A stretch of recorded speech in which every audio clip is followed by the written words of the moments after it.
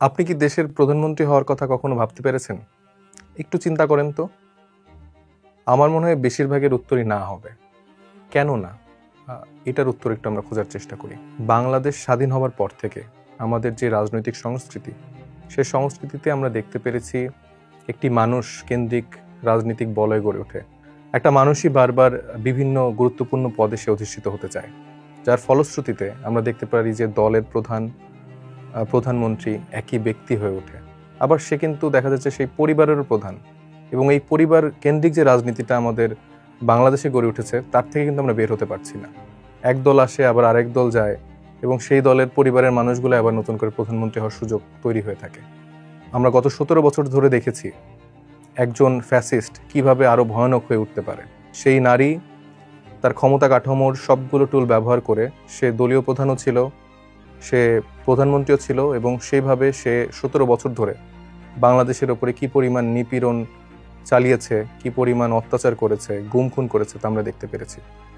এই ক্ষমতার বিকেন্দ্রীকরণটা আমরা চাই একজন প্রধানমন্ত্রীর সন্তানই যেন শুধুমাত্র প্রধানমন্ত্রী হওয়ার স্বপ্ন না দেখে, বরঞ্চ একজন কৃষকের যোগ্যতা সম্পন্ন সন্তান, অথবা আমাদের রাজনৈতিক জায়গায় যারা আসলে দীর্ঘদিন ধরে রাজনীতিটা করে আসছে, যারা মানুষের ভাষা বোঝে, মানুষের জন্য কাজ করতে চায়, সেই মানুষগুলোও যেন স্বপ্ন দেখতে পারে যে তারাও একদিন প্রধানমন্ত্রী হতে পারবে, তারাও একদিন দলের প্রধান হতে পারবে।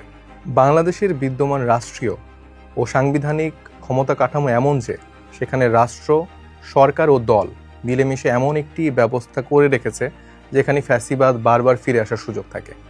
এনসিপি এই জায়গাটা নিয়েই কাজ করতে চায়। এনসিপি চায় যেন একটি দলের প্রধান এবং প্রধানমন্ত্রী একই ব্যক্তি বারবার না হোক।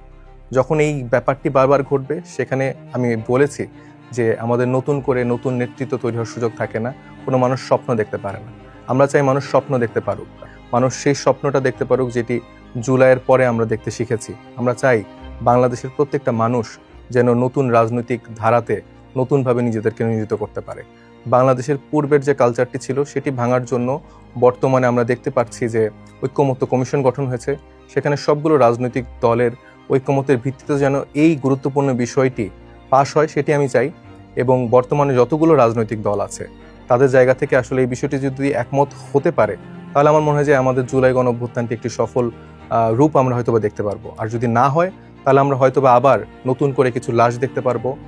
হয়তোবা খুব শীঘ্রই 10-20 বছর পরে আবার আমরা দেখবো অনেকগুলো মানুষ আহত হচ্ছে, যেটি আমরা কোনোভাবেই চাই না। আমরা চাই নতুন বাংলাদেশে কোনো রকম গুম খুন না হোক, কোনো রকম এরকম লাশের মিছিল না হোক, বরঞ্চ নতুন বাংলাদেশের জন্য সবাই আমরা কাঁধে কাঁধ মিলিয়ে নতুন করে স্বপ্ন দেখতে শিখি।